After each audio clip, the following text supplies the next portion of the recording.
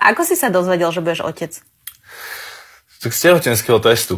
Tina sa dogrcala, tuším, a spravila si test a bol tam. A ako si sa cítil? Zmiešanie, veľmi zmiešanie. Ja som mal, že extrémnu radosť, lebo ja som chcel dieťa už, akože, v podstate, že bol som na to, akože, ready.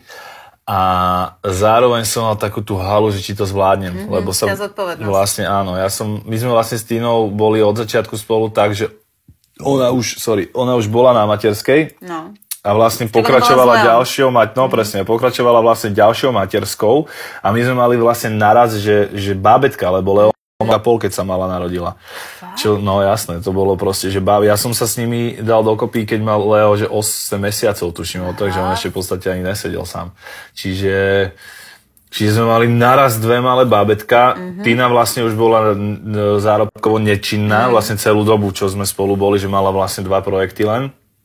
Ten hlas a ešte niečo na začiatku toho, keď sme sa dali dokopy. Čiže ja som mal tú zodpovednosť celú akoby na sebe, uživiť to a aby postarať to sa. bolo. A chcel som presne v tom komplexe detstva, že som nemal všetko, čo som akoby chcel mať, alebo že nebolo to úplne ľahké, že fakt sa stalo párkrát, že mi mama ani nemala čo dať na 10. do školy, že boli aj úplne také tie ťažké časy, ale chcel som, aby to tie decka nezažili. Hej. Bez ohľadu na to, či je Leo môj, alebo není môj. Proste, ak žijeme spolu, tak proste je ako keby aj môj.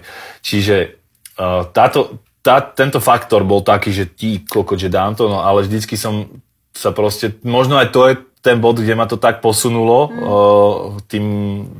tou dravosťou, že som vlastne dokázal strašne veľa vecí, na ktoré by som sa možno inak vysral. Hej, že si sa proste hecol. Hej, že ma to heclo, no.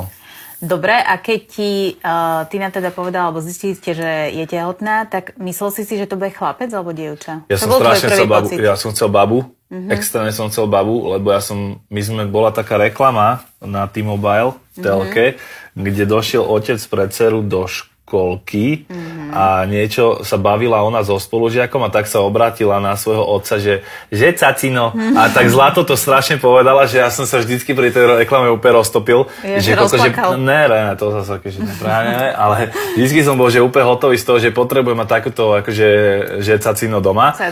A že mi bude hovoriť, že som je frajer a že si ma zobere za muža, vieš, a tieto veci. Neviem, či vieš, že toto není úplne OK. To mňa nevadí, že to ja presadím. A teraz je to proste tak, že ona nikdy taká nebola, vieš, že som zrazu mal doma nové pankača, úplne zlého satana proste, čo nám všetkým odjebalo kríže, lebo čajka odmietala spať v vodorovnej pozícii, že ona proste len na rukách a hojdanie, že proste a každý deň mala, že o jednej budiček, že ona zaspala, ja neviem, okolo 9. 10. zaspala a o jednej každý deň vstala a bola hore do 3. do 4. rána, každý boží deň. Výborne. Čiže my sme vlastne si toto žecacino sa neodohralo ani raz. A jak ťa volá? Ona ma volá táto, ale akože vie byť veľmi milá, že vie byť aj taká, že sa na mňa závesí a boskáva ma, hladká ma a tak, ale potom je taká, že keď ty sa chceš boskávať napríklad, že chceš dojsť za ňou, je dám pusu a sa ešte utierať, že či akože som sa nezbláznil náhodou, že čo robím. A akože striktne mi dá najavo, že toto vôbec není v jej záujme. A je taká, že napríklad cudzí ľudia, však si to zažila, keď sú s ňou vstúpiť kamoši, tak to je akože veľmi dlhá cesta. No. A keď už sa stane, že ťa pustí, že akože prehodí s tebou pár viet, tak to vôbec nie je záruka toho, že na budúce, keď sa uvidíte, je to, že to je pohode. Vôbec. Ale vieš čo, mne sa na nej páči, že proste, ja teda nevidela som ju, čiže na mňa pôsobí ľubo ten dojem, ale presne ten dojem, že... Áno. Čo mi ty, prosím? Áno, ona je najmúdrejšia. Ona vie, ona proste sem došla, proste už len akože si to tu nejak odsrať, vieš, a už bude. Ale ja hovorím, že deti nás majú naučiť, vieš. Áno, však tak to je, samozrejme. Tak mne to dalo strašne veľa do života, že mi došli títo trpazlíci do neho.